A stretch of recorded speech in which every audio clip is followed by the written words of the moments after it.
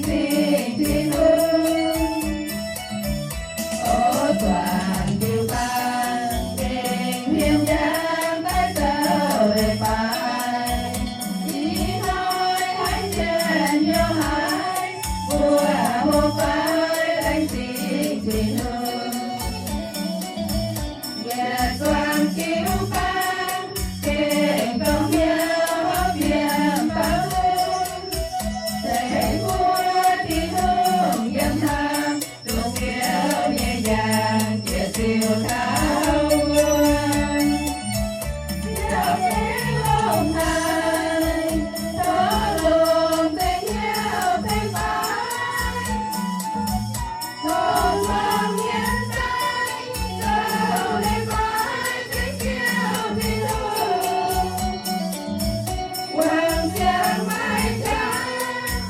anh cha xem phim việt thương vui vui biên múa thiệp hương trong nhiều thiên hương có nghe